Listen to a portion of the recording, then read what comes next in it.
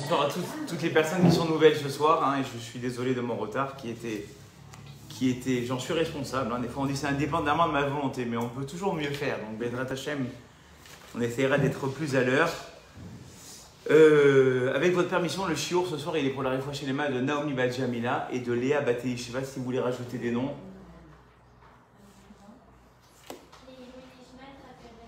Léa Nishmat Raphaël Ben Soulika.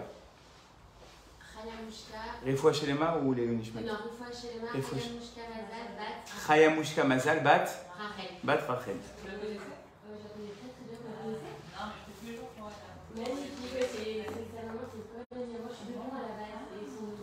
Eh ben Baruch Hashem, vous voyez. Que notre fillettes, elles portent leurs fruits, Bezrat Hashem. On dit que la tfila, c'est la chose qui... Moi, je travaille beaucoup avec mes élèves sur ça. On dit que la tfila, c'est ce qui peut le plus changer le mazal de quelqu'un, c'est la tfila. On l'a dit avec vous, je sais pas si c'est dans les cours que j'ai fait avec vous que je l'ai dit, que la meilleure approche qu'on puisse avoir de la tfila, c'est que quand je prie, je change mon mazal. C'est la vraie chose. Moi, je travaille beaucoup avec mes élèves sur ça parce que c'est vrai que quand on est jeune, on voit pas le besoin de la tfila. C'est quand on gagne en maturité qu'on voit le besoin de la tfila. D'ailleurs, c'est pas pour rien qu'on dit que les officiants de Rosh Hashanah et Yom Kippour, ça doit être des gens qui doivent être mariés.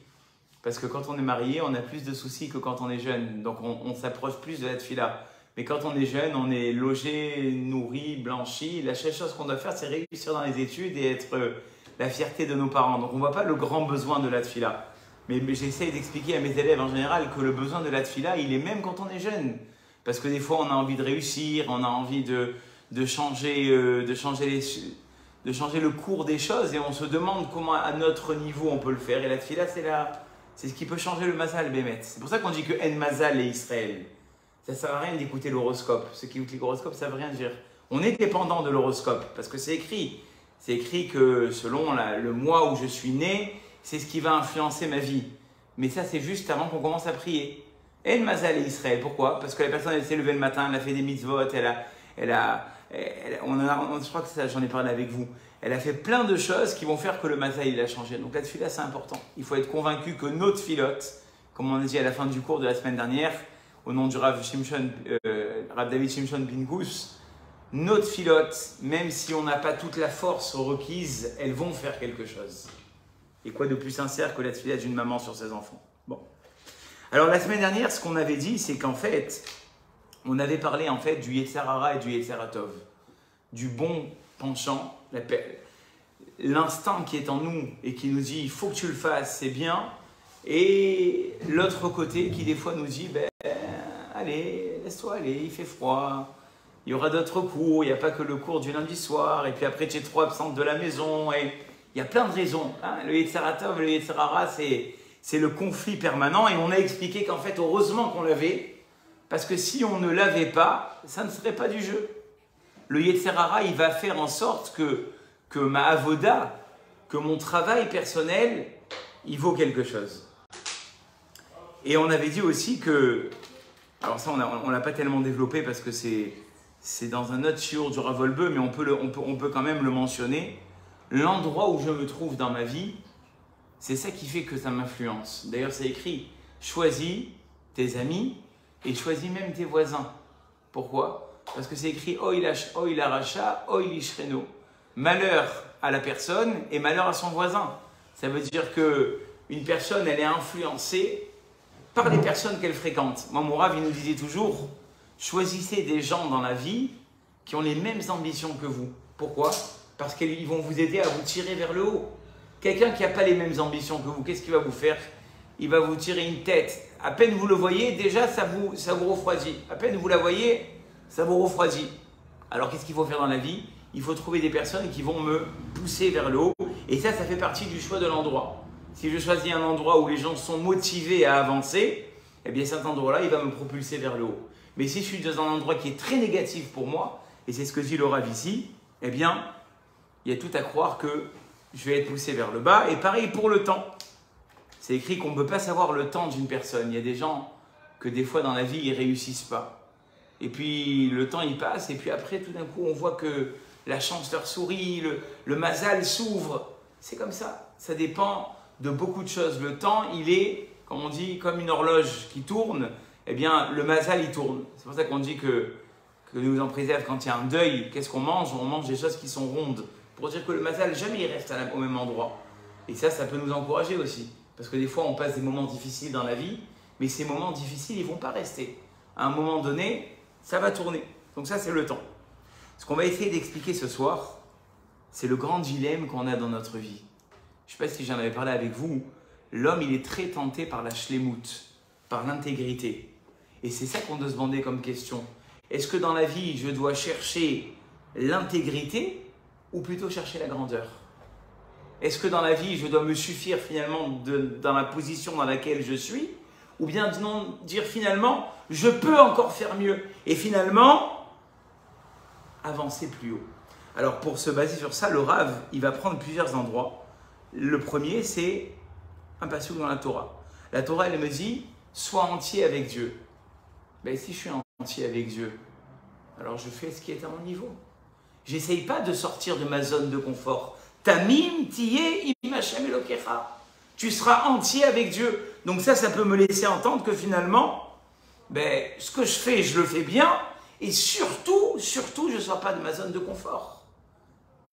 Et très souvent, c'est ce qu'on voit dans la vie de tous les jours. Les gens, qu'est-ce qu'ils font? S'ils ont eu des parents qui étaient toujours dans l'ambition de changer et d'avancer, eh bien eux aussi, ils vont avancer. Et s'ils ont des parents qui sont restés dans leur zone de confort, eh bien eux aussi, ils vont rester dans la zone de confort. Ils ne vont pas essayer de dépasser le schéma familial. Donc dit le Rav, peut-être que l'essentiel, c'est l'intégrité. Rester dans ce que je fais, et au moins je le fais bien. Ou alors, la deuxième façon de voir les choses, eh bien, c'est peut-être de grandir. D'ailleurs, on dit que, vous savez que dans toutes les qualités, il y a un bon côté de la qualité et un mauvais côté de la qualité. Alors, par exemple, d'ailleurs, ça m'a toujours impressionné que la Torah, elle en est fait un interdit. La Torah, elle te dit, ne sois pas jaloux.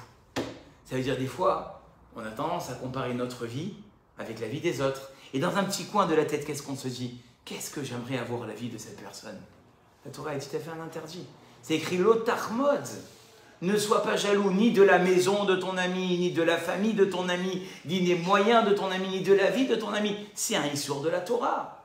Quand je jalouse la personne qui est à côté de moi, je fais un issour de la Torah. Mais il y a une jalousie qui est bonne.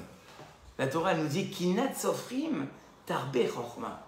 Quand j'ai envie de connaître les connaissances de l'autre, ça c'est positif. Il y a une jalousie qui est bonne. Donc peut-être que moi aussi, je dois aspirer à toujours faire mieux. Dès que je vois une personne qui fait mieux dans son judaïsme ou dans sa façon d'être ou dans ses traits de caractère, peut-être que moi aussi, je dois aspirer à être mieux. Voilà le dilemme qu'on peut avoir dans la vie de tous les jours. Est-ce que je vais me suffire de ce que j'ai comme qualité dans ma vie et je ne vais pas chercher à aller plus loin parce que l'intégrité, c'est l'essentiel? Ou peut-être que non. Le regard que je dois avoir sur la vie, c'est si je vois quelqu'un qui est mieux que moi, eh bien je dois toujours aspirer à devenir comme lui. C'est ça, la question que pose ici le Rav Wolbe. Et cette question-là, pour être honnête avec vous, on l'a avec nos enfants en fait. Est-ce que les enfants, je dois me suffire de ce qu'ils font et puis finalement ne pas être exigeant? Ou bien peut-être toujours les pousser vers le haut et peut-être même leur mettre un petit peu de stress. Alors ça, la vérité, on l'a répondu déjà la semaine dernière.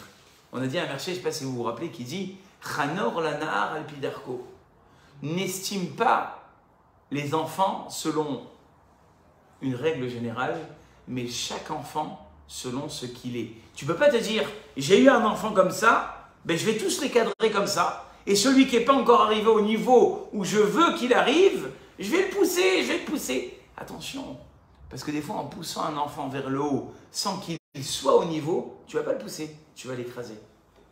D'accord? Et donc ça, c'est ça, des fois, les parents, qu'est-ce qu'ils veulent? Ils en veulent toujours plus, mais est-ce que l'enfant, il est au niveau d'en vouloir plus? Moi, des fois, je récupérais des enfants en classe, ils étaient déstabilisés par l'exigence que les parents leur demandaient. Mais je vous en supplie, mettez-moi une meilleure note parce que mes parents, je vous dis pas ce qu'ils vont me faire à la maison. Qu'est-ce qu'ils vont te faire à la maison? Et moi, j'ai appris un grand principe et je vais vous le donner ce soir en essayant d'être le plus précis qu'il puisse avoir, et il m'a libéré dans la vie. C'est celui du Rav Shlita, le Rav Aaron Hassoun, Rav Henri Hassoun. Il m'a dit, moi dans ma vie, j'ai jamais crié mes enfants pour une note. Et j'ai décidé de prendre ça pour moi et pour toute ma vie. Il m'a dit, si tu sais que ton fils ou ta fille ou tes enfants, ils ont fait l'effort qu'il fallait, tu te tais. Tu les as vus. Tu les as vus plancher jusqu'à minuit le soir. Et le lendemain, tu leur mets une torgnole, bon, virtuelle, bien évidemment. Qu'est-ce que tu as fait? Qu'est-ce que c'est ça? Mais tu l'as vu travailler. Tu l'as vu s'investir alors que le professeur, il n'est pas donné la bonne note. Il y a deux solutions. Et avec ma petite expérience de 11 ans, je peux les dire, ces solutions. Ou il a fait un contrôle qui n'était pas au niveau, d'accord? Ou ton fils, il n'a pas accroché avec son cours. Mais tu ne peux pas en vouloir à tes enfants qu'ils n'ont pas eu les bonnes notes si tu les as vus le soir plancher jusqu'à l'heure où ils ont planché. S'il n'a pas fait d'effort, m'a dit le Rav, tu peux lui dire pourquoi tu n'as pas fait d'effort. Mais ne lui reproche jamais de ne pas avoir eu la note que tu voudrais qu'il ait. Donc ce qui est certain, c'est que vis-à-vis des enfants, ce niveau cette espérance de grandeur, il faut de suite la calmer. Parce que non seulement tu ne vas pas les faire grandir, mais en plus de ça, tu vas les faire complexer. Et puis il y a ces petits mots qui vont glisser très souvent dans ta bouche, de dire finalement, je savais que tu n'étais pas capable pour les études. Et sans savoir, hein, on ne dit pas ça, au prochain. Mais sachez qu'il y a des fois des personnes qui le disent. Il y a des personnes qui disent, c'est pas pour toi, c'est pas pour toi, va faire une petite formation. On ne doit jamais dire à un enfant, tu n'es pas capable. Mais il y en a qui le disent. Je vous le dis avec la petite expérience que j'ai, il y a des gens qui disent, ça, il n'est pas capable. Jamais tu dis à un enfant, tu n'es pas capable. Tu dois toujours lui laisser espérer qu'il est capable. Mais attention, dans cette espérance-là, des fois on est tenté à dire, allez, vas-y. On voit qu'il est... Alors, il ne faut pas lui dire, mais il ne faut pas aussi lui donner l'impression, d'accord, qu'il va arriver à des niveaux qu'il n'est pas capable d'arriver. Donc finalement, d'un côté, ça, au prochain, c'est évident pour vous, on ne le désespère pas, mais d'un autre côté, on ne lui laisse pas espérer des niveaux qui ne sont pas les siens. Donc c'est les deux côtés. Alors maintenant, on va essayer de développer ça par rapport à nous-mêmes. Est-ce que nous, on doit avoir le regard d'une personne très exigeante avec nous-mêmes et ne jamais se suffire de notre niveau? Ou bien finalement, prendre les acquis qu'on a déjà et les parfaire? Vous comprenez les deux côtés de la chose? Est-ce que je dois toujours aller vers le haut, d'accord? Ou bien peut-être se suffire de ce que j'ai? Et ça, on le voit très souvent dans les personnes qui s'approchent de la Torah. Elles ont tout de suite cette envie d'aller très très vite. Et qu'est-ce qu'on se dit? Vas-y. Et moi, je serais tenté à dire l'inverse. Je serais tenté à dire, va doucement. Ce chemin que tu veux faire très rapidement, des fois les gens ils sont choqués. Je veux venir maintenant à tous les cours, je vais venir le vendredi, le samedi, le dimanche. Commence à venir le vendredi soir, mais régulièrement. Je vous ai dit la semaine dernière avec le Chesed, d'ailleurs je l'ai répété samedi soir aussi, quelqu'un qui veut devenir généreux, il veut faire des dons. Il va dire, allez, moi je vais faire un gros truc maintenant, je vais donner 360 000 €. Il ne serait pas généreux. Il va regretter ce qu'il a fait, et puis s'il faut, il ne le refera jamais. Alors qu'une personne qui régulièrement va donner 35 €, cette personne, ce petit travail qu'elle va faire, elle va l'aider à avancer. Donc c'est évident que pour une personne qui est en train de s'approcher, d'accord, elle ne peut pas dire je vais changer du tout au rien, du rien au tout. Et donc la shlemout, l'intégrité pour cette personne-là, elle est très néfaste. Pourquoi? Parce que très souvent, elle va vouloir atteindre un niveau, mais qu'en fait elle n'est pas capable. Elle n'a pas encore assimilé. Et ça, on le voit aussi des fois quand dans un couple, il y a le mari ou la femme qui prennent une envol, mais qui oublient de là où ils viennent. Et ils laissent sur le carreau le conjoint ou la conjointe. Eux, ils avancent énormément, mais ils ne se rappellent pas d'où ils viennent. Et qu'est-ce qu'ils font? Ouais, alors tu n'es pas motivé, t'es pas... Mais rappelle-toi d'où tu viens. Toi aussi, tu étais là. Alors toi, tu as eu cette prise de conscience, mais laisse le temps à la personne qui vit avec toi de pouvoir s'adapter. Donc ça, c'est sûr que cette... Et souvent, ces gens dont on parle, donc ils font, mais c'est tout, comme on a dit la semaine dernière, là où les balais de Tchouva se tiennent, même les tzadikim, ils ne se tiennent pas. Parce que c'est un vrai changement. Mais ce changement-là, est-ce qu'il est forcément positif? J'en suis pas certain. s'enfermer dans un cocon inapproprié, à un niveau qui n'est pas approprié, dans un rythme infernal, ben, je ne suis pas sûr que la personne elle va pouvoir tenir. Je vous ai raconté, parce que je raconte très souvent cette anecdote-là, je ne sais pas si je vous ai raconté l'histoire de la cigarette, avec la personne qui voulait faire tchouva. On va juste attendre qu'il y ait un petit peu moins de bruit. En fait, il y avait une personne, elle voulait faire teshuva après le décès de son père. Alors elle va voir le Rav. Le Rav, il lui dit vous êtes fumeur? Il dit oui, et malheureusement. Non, mais il dit c'est pas ce que je suis venu vous reprocher. Je vais vous donner une mitzvah. Le jour de l'enterrement de son père, il lui dit ça, le Rav. Quand la prochaine fois vous fumez une cigarette Shabbat, ne l'éteignez pas. Alors le fils, il s'est vexé. Il a dit oh, vous vous moquez de moi, Rav, le jour de l'enterrement de mon père. Il dit non, je suis sérieux. La prochaine fois que vous fumez une cigarette, ne l'éteignez pas. Bon, si le Rav il a dit, on va le faire. Il a commencé à ne plus éteindre la cigarette Shabbat. Après, dans sa tête, il s'est dit, si j'éteins plus la cigarette, autant ne plus l'allumer. Une fois qu'il a pu allumer la cigarette, il s'est dit, maintenant, j'allume plus la cigarette Shabbat. Ben, autant ne plus allumer la lumière Shabbat. Et puis quand il s'est dit, j'allume plus, j'éteins plus la lumière Shabbat, ben, il a dit à sa femme, tu veux pas qu'on mette une plata Shabbat? Il paraît que les religieux, ils mettent une plata Shabbat. Il avait une plata Shabbat. Et en quelques mois, en un an, cette personne-là, elle est devenue Shomeret Shabbat. Donc en fait, c'est parti de quoi? C'est parti d'une petite cigarette qui n'éteignait plus le Shabbat. Ça veut dire que ces petites actions que la personne, elle a faites, qui sont équilibrées, elles vont l'amener à la shlemut. Elles vont l'amener à l'intégrité. Mais quelqu'un qui veut aspirer à l'intégrité depuis le début, il ne va pas y arriver. On va essayer justement de déterminer qu'est-ce que l'intégrité. Alors il y a un Rav qui s'appelle dans la Gemara le Rav Oshaya. Le Rav Oshaya, il a dit les choses suivantes dans le Midrash Rabbah. Veye etzlo amon, veye shashouim yom yom. Soit Amon, alors c'est quoi Amon? Il ramène le verset dans Shemot, en Kitissa, où Akadosh Baruch Hu reproche au peuple juif finalement de trop souvent se rebeller. Et Dieu dit au peuple juif, j'étais avec vous, Ka'asher Issa Aomen et Ayonek. J'étais comme ce nourricier qui porte le bébé dans ses bras. Cette phrase, elle veut tellement dire de choses, dit le Rav Wolbe. C'est quoi un nourricier? C'est quelqu'un qui finalement s'occupe de l'enfant d'une manière tellement pédagogue que l'enfant il évolue. C'est quoi évoluer de façon pédagogue? Eh bien, c'est finalement de ne pas brûler les étapes. Et quand je ne brûle pas les étapes, j'aide à l'enfant à assimiler l'éducation que je veux lui donner. C'est ça que dit Dieu au peuple juif. Je n'ai jamais brûlé les étapes avec vous. Tout d'abord, je vous ai sorti d'un goy, mikerev goy. Je vous ai sorti d'Égypte. Une fois que je vous ai sorti d'Égypte, je vous ai amené dans le désert, j'ai commencé à vous donner à manger. Et petit à petit, je vous ai amené au Har Sinaï. Il dit le Rav Wolbe, c'est ça la vraie shlemut. La vraie shlemut, c'est comme dit ici Rav Oshaya, soit Amon, soit le pédagogue que Dieu a été avec le peuple juif. C'est-à-dire aller étape par étape. Étape par étape. Et ça va nous permettre finalement de pouvoir accomplir les mitzvot, mais de façon équilibrée. Parce qu'il dit le Rav, regardez, quand j'accomplis les mitzvot, il y a tellement de facteurs qui viennent à mon encontre et qui vont m'en empêcher. Mon humeur, ma situation familiale, ma situation financière, la situation de la société, le temps climatique, les événements. Donc il dit, il y a tellement de choses que ces choses-là, si je ne les prends pas en compte et que je ne suis pas pédagogue pour avancer petit à petit dans mon évolution, je ne vais pas tenir le coup. Je ne vais pas tenir le coup.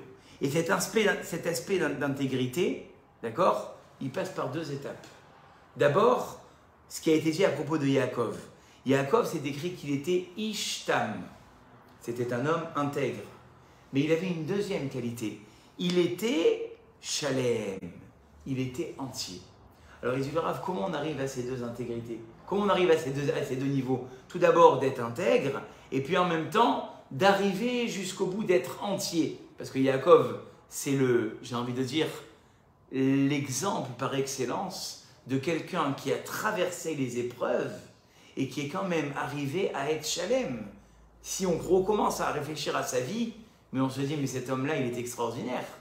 Depuis son jeune âge, sa mère, elle dit, tu vas devoir quitter le domaine familial et tu vas aller te réfugier chez son oncle. Il arrive chez son oncle en pensant que là-bas, il allait trouver du réconfort et on le dupe 2 fois. Une fois qu'il est installé, qu'il est enfin marié et tout ça, on lui dit maintenant il faut que tu repartes. Et pourtant, c'est écrit à propos de Yaakov, Vayavo Yaakov, Shalem. Yaakov, il est arrivé intègre. Alors il dit le Rav, comment on arrive à être intègre? Il dit le Rav, il faut se créer des programmes. On ne peut pas dire je vais arriver jusqu'à un endroit si je n'ai pas créé des étapes. C'est-à-dire que si dans ma vie, j'ai certaines ambitions, qu'elles soient d'ordre du judaïsme, c'est-à-dire dans l'évolution de ma yadout, comment est-ce que je vais avancer dans la religion, ou qu'elles soient même dans l'ordre de mes ambitions de ma vie, je dois les prévoir avec un programme. Et il dit le Rav, sans ce programme-là, à la moindre épreuve, je vais échouer. Qu'est-ce qui fait le programme? Le programme, il fait, et ça il va le développer plus tard, que la force de rébellion qui est en moi, elle ne va jamais se réveiller. On la développera plus tard, mais on dit que depuis que Chava a fauté, il y a une force de rébellion qui est en nous. Et le Rav donne cet exemple, alors je vais vous vendre la mèche dès maintenant, et puis après on le redéveloppera quand on y arrivera. Adam et Chava, ils avaient un seul commandement. C'était lequel? De ne pas manger du fruit interdit, n'est-ce pas? Maintenant, le Nachash, le serpent qui est représenté par le Yetzer Hara, il vient voir Chava et il lui dit « Qu'est-ce qu'il t'a dit, Akadosh Baruch Hu ?» Et là, Chava, elle fait une erreur. Elle dit « Akadosh Baruch Hu, il m'a dit de ne pas en manger et de ne pas y toucher. » Et là, le serpent, que va-t-il faire? Il va pousser Chava contre le fruit interdit et il va lui dire « Tu vois, t'es pas morte, alors mange-en maintenant. » Il dit le Rav Wolbe, c'est elle qui a attiré le Yetzer Hara sur elle. Pourquoi? Pour la même raison qu'on a cité ici.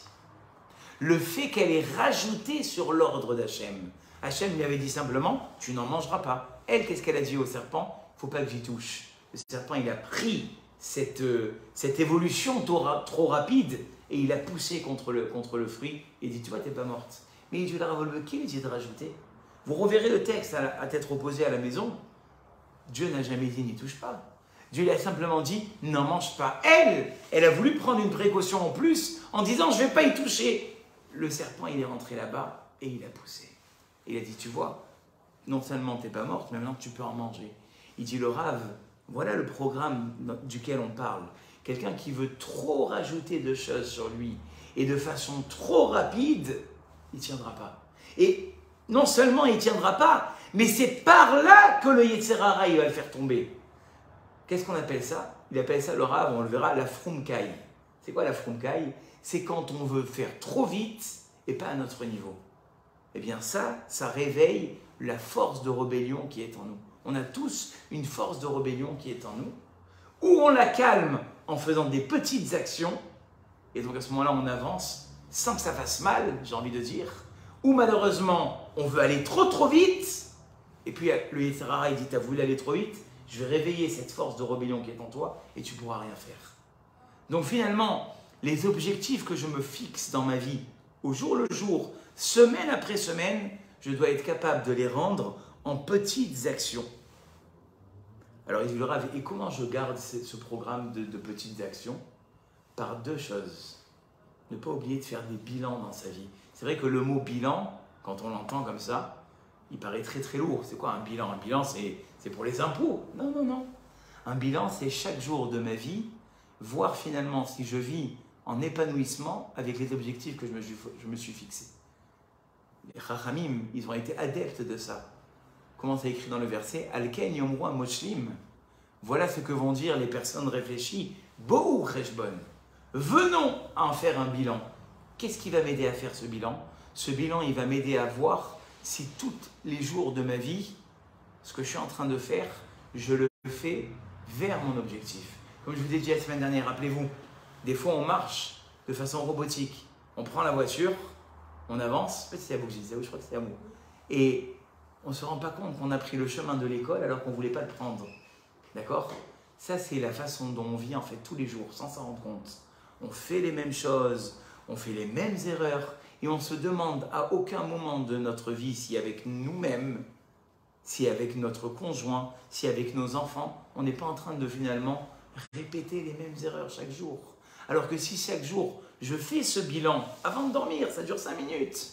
Comment ma journée, elle s'est passée ce matin? De quoi elle avait l'air ma tefila aujourd'hui? De quoi avait l'air mon humeur? Tout bête, avec ma famille. De quoi avait l'air ma volonté aujourd'hui? De quoi avait l'air ma sainteté, ma façon d'appréhender les événements? Et donc forcément, quand je me réveille et quand je me remémore ma journée, je fais ce bilan-là, eh bien, j'arrive justement d'abord à prendre les conclusions et à évoluer vers le programme que je me suis fait. Et là, on peut appeler ça une intégrité équilibrée. Parce que d'abord, je m'accompagne à moi-même, je sais où est-ce que j'en suis, et puis dans un second temps, je me fixe des objectifs qui sont tout petits. Et là, j'avance. Et Rabbeinu Yonah, il dit que sur quoi on doit baser ce fameux bilan dont on parle? Sur des petites choses. Le Rav Wolbe, il en a écrit 10 ici. Il dit, est-ce que par exemple, tous les jours de notre vie, on choisit de vivre? Bien évidemment, on choisit de vivre. Ben, je respire, je mange, je dors. C'est pas ça, vivre. Ou Bacharta Bachaim, choisir de vivre, c'est choisir de vivre épanoui. De ne pas faire des choses qui finalement ne sont pas moi-même, mais je les fais parce que tout le monde le fait, parce que je n'ai pas la force de sortir encore une fois de ma zone de confort, parce que j'ai des enfants, parce que non. Il dit le Rav, ou Bacharta Bachaim, l'archov chez Adam, Eno ben Chorin, Nifror Darko. Personne t'oblige à choisir la vie que tu as choisie. Oui, mais il faut être triste parce que c'est la crise. Non, sois joyeux, souris. Moi, j'ai dit samedi soir, il y a 2 semaines, j'ai dit la meilleure façon de déstabiliser notre ennemi, c'est de lui sourire. Tu le désarmes. Vous n'êtes pas d'accord, madame hein? La meilleure façon de... Ouais, mais je ne vais pas lui sourire, ça fait 3 mois qu'on ne se parle pas. Tu lui souris, tu l'as déjà désarmé. Je ne vais pas sourire à mon conjoint, ça fait 10 ans qu'on est mariés, ça ne sert plus à rien. Non, pas du tout. Vous voyez? Donc en fait, on a oublié qu'on a le choix de choisir notre vie. C'est là où je dis on vit en robotique. Et le programme, à quoi il va m'aider dans ma vie, le programme? Le programme, il va m'aider à savoir si tous les jours de ma vie, je suis en mode automatique ou je choisis ma vie.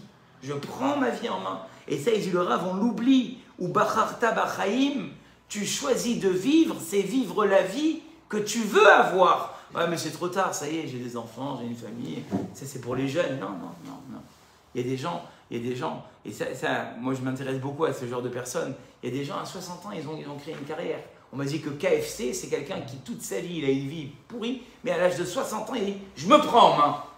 Au moins que ça serve à ça, si on ne va pas manger chez eux et que ce n'est pas cachère. Mais au moins que ce soit un exemple pour nous. Pourquoi que il nous a créé ces gens-là? Pour que nous, on a les manishmeu veilmedou veiraou. Que j'apprenne que dans ma vie, il n'y a jamais rien qui est perdu. Rien. Ou Bacharta Bachaim, il dit le Rav, ça paraît tellement simple, mais c'est quelque chose qui, tous les jours de ta vie, tu peux te reprendre en main, tu peux choisir de vivre. Et la deuxième chose, et ça c'est une leçon double. Dans le verset, c'est écrit Vedu Barta Bam. La Torah, elle te demande de tous les jours dans ta maison de parler de Torah. Comme je disais à mes élèves ce matin, la Torah, on cherche beaucoup les ségoulottes. C'est la plus belle des ségoulottes qui existent. Vous savez, le matin, quand on vient à la tefila, le matin, avant de commencer au doux, il y a ce qu'on appelle la pétira, l'ouverture de la prière. Et dans l'ouverture de la prière, on cite une Gemara qui se trouve dans le Shabbat. Et dans le Shabbat, on te dit, c'est vrai que les mitzvot, ça a toujours été la légende. Si je vous dis, quand vous serez récompensé de toutes les mitzvot que vous faites, qu'est-ce que vous me dites? Voilà, de suite. Mais moi, ce que je vais vous dire, c'est qu'il y a un patrimoine de mitzvot où Dieu, il te dit, je te paye en cash. Je vous l'ai déjà dit ça? Je vous l'ai déjà dit? On paye en cash dans ce monde. Et quel est... Je vous dire, c'est à vous que je vous ai dit ça. Première chose, il y a des mitzvot dans lesquels on est payé en cash. La première chose, honorer son père et sa mère. Dieu, il te dit, si tu as... Vous savez, dans certaines familles, les gens se plaignent d'être les seuls enfants à être restés dans la ville avec les parents et tout leur travail retombe sur eux. Et l'autre, il est à Tahiti, et moi, je suis avec papa et maman, et il ne se rend pas compte. Mais j'ai envie de leur dire, taisez-vous. Vous êtes en train d'acquérir un passeport pour vivre jusqu'à 120 ans. C'est moi qui le dis? Pas du tout. Kaved et avicha ve'et imecha. Honore ton père et ta mère. Les ma'am yarichun yamecha. Pour que tu puisses vivre jusqu'à 120 ans. Tu te plains de t'occuper de tes parents, mais c'est toi qui vas vivre jusqu'à 120 ans, c'est pas tes frères. Mais si je veux aussi, ils vont vivre longtemps. Mais toi, tu es sûr, tu as un passeport. Mais ça, c'est écrit dans ce monde-là. Il ne faut pas attendre en haut. Tu as honoré ton père. Ma chérie, viens me voir. Tu sais, je viens, maman, je viens. Même si je laisse tout, je viens pour toi. Gmilut Rasadim. C'est écrit que celui qui fait du chesed, mais qui n'attend rien en retour, celui qui fait du chesed et qui n'attend rien en retour, c'est écrit aussi. Celui qui fait du chesed et qui n'attend rien en retour, alors on dit que le plus c'est avec les niftarim. Bon, on n'est pas tous au niveau, mais je veux dire, aller faire un teilim quand que Dieu en préserve, quelqu'un il est parti, c'est Gmilut Rasadim. C'est faire du chesed, ça aussi, Dieu il va te payer dans ce monde-là. Ou bien, aller voir des gens malades. Et le grand chidouche, c'est que même par téléphone, ça marche. Par téléphone, on peut faire Bikur Cholim. La personne elle est hospitalisée à Los Angeles, je l'appelle au téléphone, j'ai fait la mitzvah de Bikur Cholim. Recevoir des gens qui n'ont pas... Je n'avais pas dit recevoir des invités, parce que la famille, c'est toujours agréable. Mais je vois quelqu'un qui n'a pas où passer Shabbat, je l'invite chez moi. Ça aussi, on va te récompenser. Faire partie des 10 premiers à la tfila. Ou alors, je sais qu'il y a un couple, ça ne va pas en ce moment. Je les reçois à la maison, on essaye de les remettre ensemble. Tout ça, c'est payé dans ce monde. Alors, pourquoi je vous dis tout ça? Parce que la Torah a dit, et maintenant, la Gemara a dit, je vais te dire ce qui paye le plus dans ce monde. Talmud Torah. L'étude de la Torah. Tu t'assois le soir, tu n'allumes pas ton portable. Tu prends un livre, tu étudies pendant une demi-heure. Hachem, il te récompense dans ce monde. Ve Talmud Torah keneget kulam. Plusieurs fois, je me rappelle, on est parti voir le Rav Chaim Kanevski pour des cas très graves. Il dit, Rav, c'est quoi la séboula que je peux faire? Il a dit, combien de temps tu étudies par jour? Et si ce n'était pas assez, il leur disait 1 heure de plus par jour d'étude de la Torah. Ça, c'est ce qu'il dit. C'est la Gemara, c'est pas que je suis en train de vous dire des sornettes. La Gemara dans Shabbat, elle dit « Talmud Torah keneget kulam ». Vous savez, je n'ai pas le temps maintenant de m'attarder, mais les tares, je vais dire ça de façon globale, les plus grandes tares spirituelles que quelqu'un peut avoir sur lui, pour des multiples raisons que je n'ai pas le temps de détailler maintenant, elles s'enlèvent par l'étude de la Torah. Je vous donne un exemple qui a été le plus concret. Par exemple, quelqu'un, ses parents, ils n'étaient pas religieux. Donc, il se retrouve dans une situation où il est ben nida. C'est ce que ça veut dire. La maman n'a pas respecté la pureté familiale. Ça fait partie des 9 enfants qui naissent avec une tare spirituelle. Alors, une fois, on est parti demander à Rav Ronchaya comment on fait pour enlever cette tare spirituelle. Il a dit, si le fils il étudie la Torah, il devient tout propre. C'est vous dire ce que ça fait la Torah. Maintenant, pourquoi je vous dis ça? Parce qu'il dit le Rav, un des premiers bilans qu'on doit se demander, ça me fait penser à quelque chose, je vais vous dire de suite, c'est combien de Torah il y a à la maison. Vous savez, il y a un verset qui dit, c'est tellement beau ce Torah, Vaïdaber Hachem Elai, Hachem il a parlé à moi, Vayomer Ze Hashulchan Hachem Ifne Hachem, voici la table qui est devant Hachem. C'est le verset qu'on dit juste avant le Birkat Amazon. Alors il y a un Rav qui a dit, c'est quoi Ze Hashulchan Hachem Ifne Hachem? Il a dit, qui va témoigner en premier après 120 ans? La table qui est dans ta salle à manger. Elle va raconter tous les discours qui se sont dit autour. Imaginez-vous maintenant votre table, vous la voyez votre table chez vous à la maison? Elle va répéter tous les discours qu'elle a entendus. Tout ce qui s'est dit autour d'elle. Ça, c'est ça qui va témoigner. C'est ça qui va venir te défendre. C'est pour ça qu'il y en a à l'époque, des rabbanim, après 120 ans, ils disaient, mon cercueil, je veux que ce soit ma table. Parce que c'est le plus grand défenseur qu'il puisse avoir pour moi. Et bien c'est ça qu'il dit le Rav. Demande-toi combien il y a de Torah dans ta maison. Ça, c'est le deuxième bilan à faire.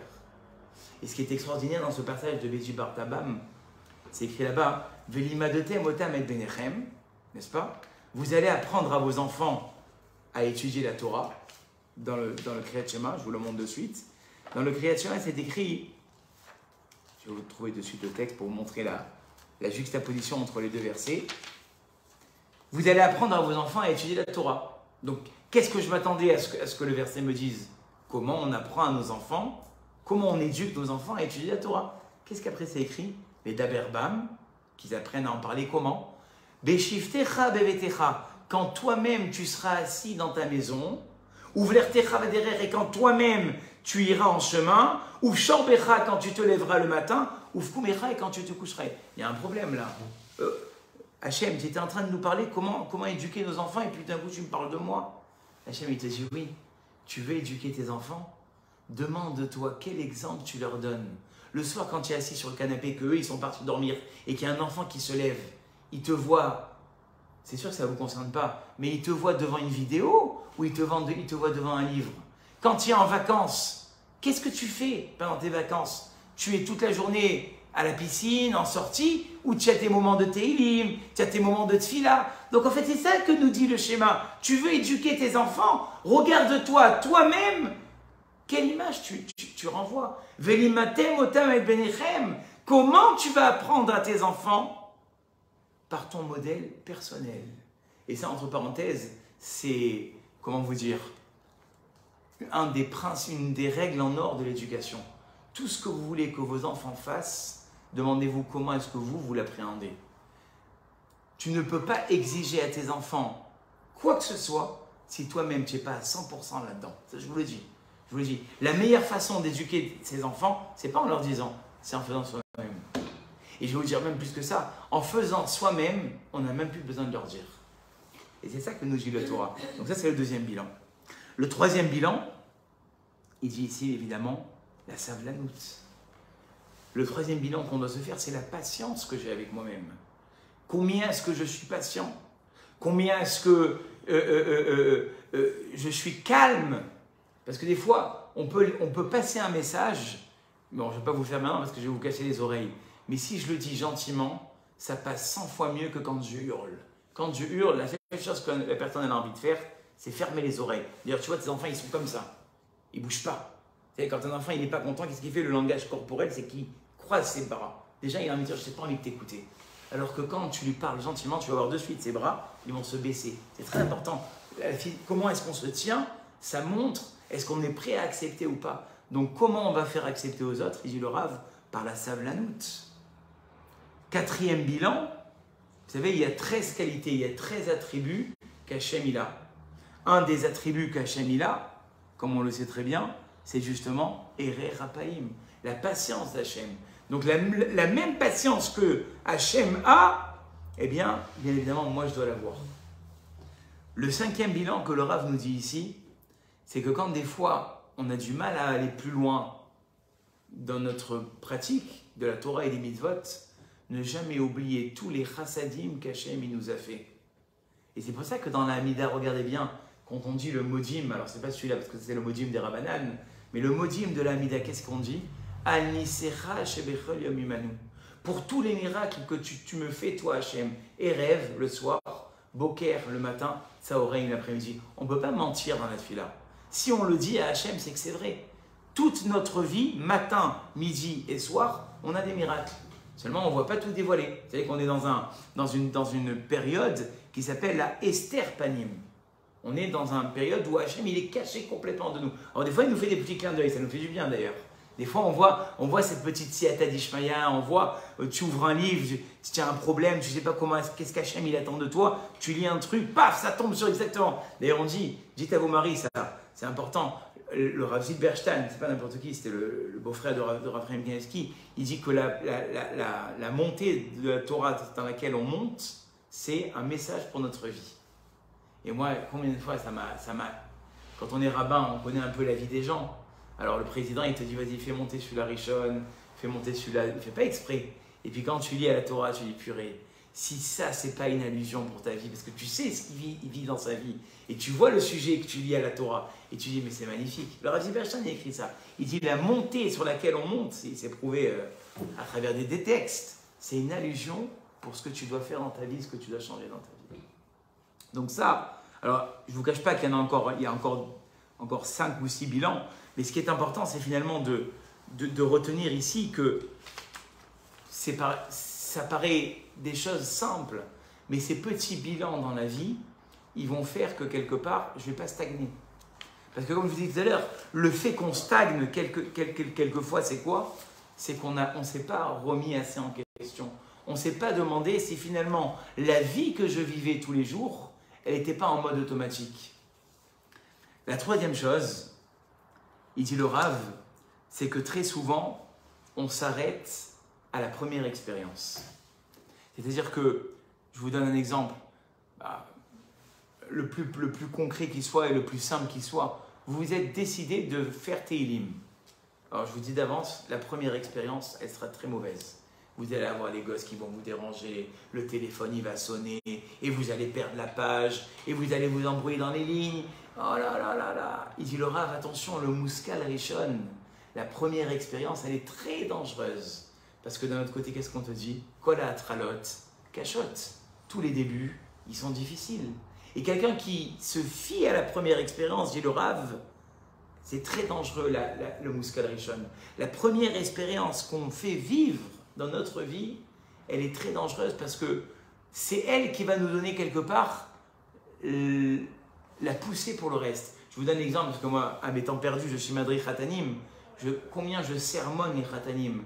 Attention, la première année que vous allez vivre avec votre femme, c'est elle qui va vous donner le critère de toute votre vie entière. Et d'où on le sait, la Torah, elle dit. La Torah, elle dit, qui ne partait pas en guerre à l'époque? Celui qui venait de se marier avec une femme. Shana achati elishto. Et moi, je les sermonne, je leur dis, la première année, c'est pas le moment d'inviter des gens, c'est pas le moment de faire des disputes, parce qu'il faut le temps d'adaptation. Vous avez vécu chacun de votre côté, maintenant vous vivez ensemble. Donc, qu'est-ce qu'on voit de ça? On voit que la première expérience, elle est décisive, et c'est elle qui nous marque. Alors, il dit le Rav, attention, dans vos premières expériences, dans cette avancée, de ne pas vite tirer des conclusions. Parce que le Teva, la nature d'un homme, c'est se fier au Muskal Rishon, à la première expérience. Alors cette première expérience, comment je vais la vivre? Comment je vais tirer mes conclusions? Peut-être que je dois me dire, comme on a dit la semaine dernière, sois un petit peu plus patient. Attends un petit peu de voir si finalement, à l'avenir, ça ne sera pas plus facile. Et entre nous, c'est toujours plus facile la deuxième fois. Dans mon avancée, dans tout, je ne vous connais pas assez et puis je ne me permettrai pas, mais dans tout ce que vous avez entrepris dans votre vie, si la première fois ça a été difficile, c'est parce que c'était la première fois. Et le Yetzer Hara, il était là, finalement, comme on a dit la semaine dernière, pour un petit peu contrebalancer cette envie d'avancer. Réessayer. Il dit le Rav, attention de ne pas se fier. Et le Pachad Yitzhak, il dit que le plus grand reniement de la foi, c'est de ne pas réessayer une deuxième fois. C'est fou ce qu'il dit. Rabbi Yitzhak Hutner, il dit le vrai problème des Mouna, c'est de capituler après la première fois. Ça n'existe pas. Si je capitule après la première fois, je m'enlève le premier bilan qu'on a dit tout à l'heure. C'était quoi le premier bilan? Être capable de se donner le droit de choisir. Le fait que je dis j'y arriverai pas, je me suis enlevé le droit de choisir. Réessaye une deuxième fois. Shiva Ipol Tzadik, Vekam. Le Tzadik, combien de fois il tombe? 7 fois. Vous savez pourquoi c'est un Tzadik? Parce qu'il est tombé 7 fois. C'est pas parce qu'il s'est relevé, c'est parce qu'il est tombé. Et de ses erreurs, et de ces moments-là où finalement ça n'a pas marché, il a, comme on a dit, il a fait ce bilan. Voilà, moi ce soir je suis arrivé en retard. Qu'est-ce que j'ai dit à ma femme? À partir de maintenant, je sais que 18h45, c'est assourd de partir après 18h45. Jamais je repars plus tard. Le Shabbat, tu sais, le Ben Ishraï, il a écrit mes fourrages, Rabotai. Excusez-moi, je dis Rabotai, le Ben Ishraï, il dit une chose, il dit le Yetzer Hara, vous savez quand est-ce qu'il est le plus fort? Avant Shabbat. Surtout quand c'est en hiver. Ah là là. Le Yetzer Hara, il ramène au nom du Zohar. Le Yetzer Hara, le Ben Ishraï, il ramène au nom du Zohar. Si vous voulez l'adresse, je vous la sortirai.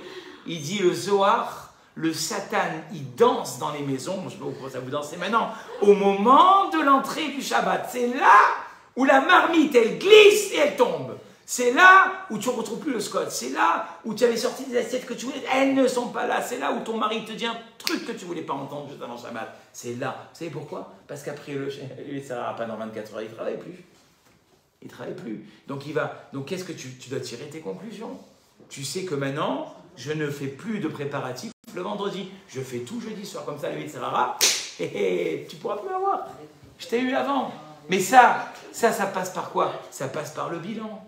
Quelqu'un qui ne fait pas un bilan, qu'est-ce qu'il se dit? Le Shabbat, ça sera toujours la chlès. Ben oui, mais c'est toi qui as créé ça. Tu as créé ça en te disant que ça n'allait pas changer. Tu t'es enlevé le Srut Abechira. Pourquoi tu t'enlèves le Srut Abechira? Pourquoi tu ne te dis pas finalement, au lieu de dire que ça va toujours mal, je vais me prendre en avance? Le Yetzer Hara, je vais te prendre avant, 5 longueurs d'avance, je vais avoir sur toi. Dès le jeudi soir. Voilà. Ça, c'est des choses que finalement, à Botaï, quand on réfléchit bien, on voit que finalement, 50%, on voit que finalement, 50% de nos échecs, de où ils viennent? Ils viennent parce qu'on s'est fié au Muskal Rishon, à la première expérience. Et on s'est mis dans des moules. Et ça, vous savez, on le voit encore plus dans l'éducation. Moi, je le vois. C'est quoi les enfants et c'est un peu la faute des parents, hein, de toute façon. C'est qui les enfants qui réussissent à l'école? C'est ceux qui ont toujours d'ambition. Ils tombent, attention, hein, ils se prennent des mauvaises notes. Mais qu'est-ce qu'ils se disent? La prochaine fois, je ferai mieux. Ils ne sont pas forcément plus forts, mais ils sont entêtés. Ils sont tellement entêtés qu'il y a les autres, ils sont encore en train de se morfondre sur le 5 ou le 4 qu'ils ont eu. Et les autres, ils sont déjà en train de se préparer. C'est-à-dire qu'ils ne capitulent jamais, en fait. Ils ne capitulent jamais. Et ces enfants-là, ben, c'est les adultes de demain. Si on leur apprend à ne pas capituler, à ne pas rester sur ce début d'erreur qui finalement les a bloqués, mais on leur a ouvert la vie. Parce qu'aujourd'hui, c'est des petits soucis, c'est des problèmes d'études, mais demain, c'est comment je gère ma vie, comment je gère mes problèmes, comment... Donc si j'ai su finalement, eh bien, arranger ces choses-là au début, eh bien, je suis arrivé à ce qu'on a appelé ici, on n'a même pas encore commencé Gadlout, hein, je vous rassure, on a simplement commencé Shlemut, l'intégrité, par l'intermédiaire de ces bilans, par l'intermédiaire de jamais rester sur la première expérience, par l'intermédiaire de tout ça, j'adopte la Shlemut. Maintenant, c'est quoi la Gadlout? Parce qu'il faut quand même en parler de la grandeur. Vous savez, si on n'a pas d'ambition dans la vie, on a besoin de cette grandeur. Il faut voir, il faut comment dire ça? Vous savez, moi j'aime beaucoup faire le micro-trottoir. Et je parle beaucoup avec des gens qui ont réussi dans la vie. Et il y a quelqu'un qui a dit une phrase il n'y a pas longtemps qui m'a assez impressionné. Il a dit, pour moi, dans ma vie, réussir, c'était une obsession. Ce mot-là, il est très fort. Obsession, ça veut dire que quoi? Qu'il n'a jamais la faire. Comme je l'ai dit tout à l'heure, il ne se laisse jamais abattre. Et il recommence. Et il recommence. Qui dans la Torah nous a donné cet exemple? Rabbi Akiva. Rabbi Akiva, comment il a fait tchouva? Rabbi Akiva, il avait une pierre qui finalement, se goutte à goutte, par sa persévérance, il avait fait un trou dans la pierre. C'est magnifique cette image. L'eau, c'est une matière qui est très faible par rapport à la pierre. Mais la force qu'elle a par rapport à la pierre, l'avantage, c'était le mot que je cherchais, c'est qu'elle a persévéré. Et le fait d'avoir persévéré, bien, ça a fait un trou. Et ça, Rabbi Akiva, il a compris. D'accord? Alors qu'est-ce qu'il aurait pu se dire? Ben, la Gadlout, j'y arriverai jamais. Non, il a commencé. Il a commencé, mais il ne s'est jamais arrêté. On connaît tous cette fameuse histoire où, après 7 ans d'études, il arrive devant chez lui et il entend sa femme parler. Et sa femme, ses voisines, elles disent franchement, t'es ça, un mari.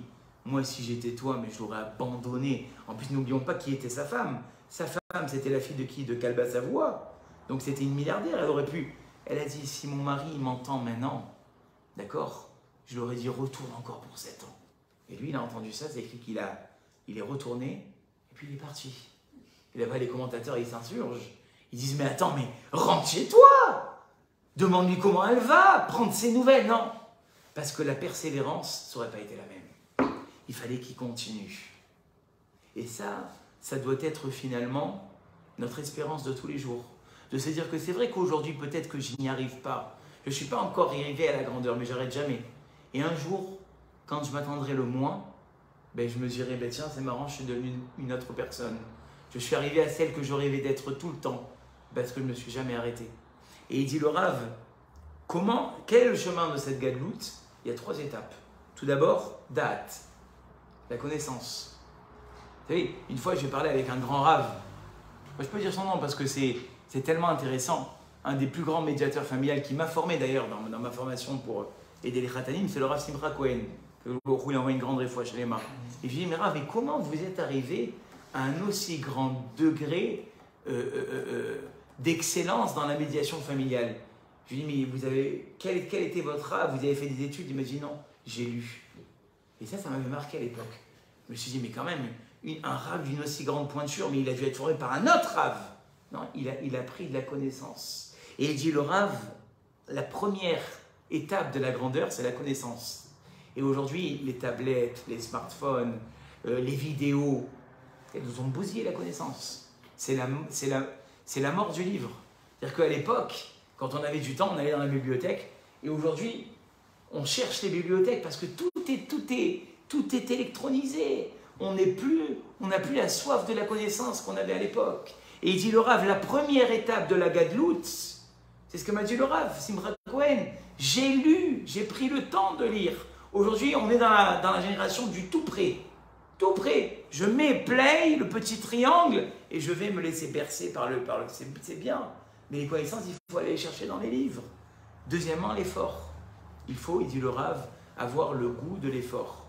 Et c'est ce qu'on appelle sortir de sa zone de confort. Quand on veut changer, il faut ne pas s'arrêter devant l'effort. Et enfin, Asaga, c'est l'attente. Quand on a atteint ce qu'on voudrait. Alors très rapidement, dans les 10 minutes qui me restent, on va le prouver à travers les textes. C'est écrit à propos de Moshe, Vaïgdal Moshe, donc il a été élevé chez sa mère, hein, puisque aucune nourricière arrivait à le nourrir, donc il grandit chez sa mère, et puis après, il retourne dans la maison du pharaon, et c'est écrit Vaïgdal Moshe, Vayetse Alechav. Moshe a grandi, et il est sorti vers ses frères, ok, il a grandi, Ve'acharechen, Gadal, Vayehi Leishdat. Pourquoi 2 fois Gadal? Pourquoi 2 fois il a grandi? Alors il dit ici le Rav, on peut être une grande personne, mais il peut nous manquer des connaissances. Et il dit le Rav, qu'est-ce que c'est une grande personne? C'est une personne qui finalement a entretenu cette grandeur. Vous savez, même un Dayan, pour vous donner l'exemple du Dayan, c'est quelqu'un un Rav qui chaque après-midi, il va réviser ce qu'il connaît déjà. Parce que si on n'entretient pas notre grandeur et on est quelque part à se poser sur nos acquis, vous savez, la Torah, elle peut vite s'échapper. On peut la voir, mais si on ne l'entretient pas, justement par cette connaissance, ben on redescend. Mon Rav, il disait toujours que la Torah, c'est comme quelqu'un qui est à vélo. S'il arrête de pédaler, qu'est-ce qu'il fait? Ben, tu dis non, il s'arrête. Non, il redescend. Dans la Torah, on ne peut jamais stagner. Ou on entretient cette connaissance, ou on dégringole. De qui on apprend ça? Des Kohanim. C'est écrit dans les Kohanim. Kadosh yeh l'Hachem, il sera saint pour Hachem. Velo yechalel et Shem Eloav. Et il ne blasphémera pas le nom de Dieu. Ou j'ai envie de te dire, vas-y doucement. C'est pas parce qu'il n'est pas saint qu'il va blasphémer le nom de Dieu. Eh bien, les Chachamim disent oui. Parce qu'un juif, s'il ne s'élève pas, il s'écrase. D'ailleurs, c'est écrit là-bas. Dans le schéma, qu'est-ce qu'on voit? Léava et Hachem Elokechem, aime Hachem de tout ton cœur. Sinon, penifté les vafrem, de peur que votre cœur il va se tourner. Vesartem, donc vous allez vous détourner. Vavatem Elohim acherim. Quoi, il n'y a pas de juste milieu? On ne peut pas être un juif cool. Si, on peut être un juif cool, mais on ne restera pas à sa place. On va se laisser emporter. Et c'est ce que le schéma nous dit. Le schéma nous dit d'un côté, aime Dieu de tout ton cœur, sinon tu vas aller servir de l'idolâtrie. Ouais, ça va, soit oui. Il y a bien un juste milieu. Le juste milieu ne peut pas exister dans la mesure où, si j'entretiens pas mes connaissances et mon savoir, un juif, ça ne peut pas rester. C'est ça le juif. Les Chachamim disent là-bas, les Moussard disent, c'est ça le juif. Le juif, ça ne peut pas. Donc il y a des gens qui disent, soyons cool. Je veux bien que tu sois cool, mais à un moment, tu vas couler. Le fait d'être cool, ça ne va pas te laisser au même niveau. Et ça, c'est valable dans tout, comme on a dit tout à l'heure. Quelqu'un qui veut entretenir son shalom bayit, par exemple, il ne peut pas dire... c'est comme quelqu'un, le Rav, je vous l'ai dit ça, je sais pas, comme je fais des shurim, je ne sais pas à qui je dis quoi, mais si je vous l'ai dit, je vous le redis, ça sera toujours les toilettes. Il y a un Rav, il est venu dire à son élève, ta femme, elle se plaint que tu lui dis pas assez que tu l'aimes. Alors il a dit, Rav, il y a 10 ans, je lui ai dit que je l'aimais. Si ça avait changé, je l'aurais tenu au courant. Vous comprenez? On ne peut pas vivre comme ça. De même qu'on comprend qu'entre un homme et une femme, si finalement j'entretiens pas son shalom bayit, comme je dis à mes khatanim, des fois à Bayit Vegan, on voit des couples, je sais pas, le mari doit avoir 75 ans, un très bel Rebecca, et la femme elle en a autant, et ils sont dans la rue, on dirait des jeunes mariés. Qu'est-ce qu'ils sont en train de faire? Ils entretiennent leurs acquis. Et ouais, après 70 ans. Et là, quand ils entretiennent ces acquis, alors on a un Rav Shlomo Zalman Auerbach qui arrive chez le docteur et qui dit au docteur, le pied de ma femme nous fait mal. Et vous croyez qu'il est arrivé à ça comme ça? Il est arrivé à ça parce qu'il a pris le temps. Le Shalom Bayit, ce n'est pas que pour les jeunes mariés. dire à son mari ou à sa femme qu'on l'apprécie, c'est pas que pour les jeunes mariés, c'est toute la vie et ça s'entretient. Je vous ai dit, le judaïsme, c'est un phénomène de pente. Si on n'entretient pas vers le haut, on va redescendre. Que ce soit dans notre shalom bayit, que ce soit dans la yahadout, que ce soit dans la proximité avec nos enfants, ça s'entretient aussi. Il y a des enfants qui ont besoin de plus de proximité que d'autres. Et c'est tellement important cette proximité chez les enfants. Cet entretien, si on sait l'entretenir, quand on sait entretenir la relation quand ils sont jeunes, mais quand ils sont grands, ils n'auront aucun problème à se confier à nous. Mais si on n'a pas entretenu et qu'il y avait toujours une relation de conflit, une relation de répression, le jour où ils peuvent se barrer, ils se barrent et ils ne reviennent jamais. Alors que si finalement on a entretenu cette relation agréable, quand ils grandissent, à n'importe quelle bifurcation, ils seront là à se confier à nous parce qu'on a su l'entretenir. Ça, c'est la première étape, la connaissance. Je termine dans 5 minutes. L'effort, c'est quoi l'effort? Vous savez, il dit ici, le Rav Wolbe, on a l'exemple du sabbat de Kelem qui faisait des starim de 8 heures d'études. Je ne sais pas si vous avez déjà étudié pendant longtemps, j'imagine que oui. Vous vous êtes concentré sur un texte pendant longtemps. Au bout d'1 heure, vous n'avez qu'une seule envie, ouvrir la fenêtre et prendre de l'air, voir autre chose. Et le sabbat de Kelem, il était capable de s'asseoir pendant 8 heures et de ne pas bouger. Le Rav Wolbe, il dit que la tefila du sabbat de Kelem, c'était 1 heure. Nous, au bout de 10 minutes, on a déjà les genoux qui frétillent et on n'en peut plus. Lui, il tenait 1 heure. Le sabbat de Kelem, c'était quelqu'un qui ne dormait pas plus que 4 fois, une demi-heure par nuit. Alors, il dit, le Rav Wolbe, moi, après tout ce que je t'ai dit, je ne suis pas fou pour te demander ça, mais ce que je te demande, c'est que dans ton programme, tu aies une assiduité d'effort. Ne jamais, comme on a dit tout à l'heure, se baser un petit peu sur les acquis, sur le déjà connu. Toujours être prêt à en faire un petit peu plus. Et on verra à travers les chapitres qu'on étudiera du Rav, que le Rav, dans tous les domaines qu'on étudiera, c'est toujours un petit peu, mais jamais s'arrêter. Toujours entretenir. Et le secret, en fait, comme disait mon Rav, Zichrono Livracha, c'est l'assiduité. Refaire les mêmes choses. On m'a dit tout à l'heure, la goutte de Rabbi Akiva, c'est quoi? C'est rien, mais c'est tout le temps. Vous comprenez? Cette petite goutte qui finalement n'est rien, mais elle est tout le temps. Elle est régulière. Elle est régulière. Et ça, on peut le voir autant dans le positif que dans le négatif. Quelqu'un, il vient après 30 ans et il a fumé une cigarette tous les jours. Le docteur, il lui fait un scan des poumons, il voit qu'ils sont pleins de goudron. Il dit, mais j'ai fumé une cigarette. On dirait une autoroute, mes poumons. Ben ouais, parce que tous les jours, tu as fait quelque chose de mal. Alors il dit, Laura, ça c'est dans le mauvais côté des choses. Mais dans le bon côté des choses, ça fait le même effet. Cette petite différence que tu vas faire tous les jours, dans le domaine que chacun choisira. L'une, ça va être la patience. L'autre, ça va être la joie. L'autre, ça va être chacun dans son domaine. L'autre, ça va être la tfila. Je ne sais pas, chacun le prendra pour soi. Un petit changement par jour qui ne va pas faire mal, comme on a dit tout à l'heure, qui ne va pas réveiller la rébellion. Parce que si tu fais trop, tu t'affoles. Et si tu t'affoles, tu vas lâcher. Et à ce moment-là, eh bien, on arrive à la saga. On arrive à cette attente. Et là, il dit le Rav, à ce moment-là, on doit avoir, ce qu'il dit le Rav ici, je termine dans les 3 minutes qui me restent, Lev Gadol, un grand cœur. Pourquoi un grand cœur? Ne jamais se sous-estimer dans nos envies. Il dit par exemple, quelqu'un qui veut étudier la Torah, qui ne dise pas, bon, je vais aller et je vais peut-être commencer à essayer d'étudier une demi-heure. Même pas, tu feras 10 minutes. Parce que l'objectif que tu t'es mis, c'est vrai que tu dois l'atteindre doucement, mais mets-toi un grand objectif. Dis-toi que tous les soirs, tu vas étudier la Torah et grâce à ça, tu arriveras à la demi-heure dont tu parles. Pareil, quelqu'un qui veut faire des études, il va dire, bon, je vais essayer d'être infirmier. Non, dis-toi, je vais être chef de service. Et si à la fin, tu es arrivé docteur, c'est très bien. Mais l'objectif, il est toujours très très haut. Quelqu'un, il veut arriver à connaître toute la Torah entière. Il va dire, bon, de temps en temps, je m'y intéresserai. Non, fixe-toi un moment tous les Shabbats. Par exemple, ce livre qui est passionnant, le Midrash raconte, au bout d'1 an, tu l'as fini. Et tu passes à autre chose. Avoir des ambitions très très hautes. Il appelle ça le Lev Gadol, mais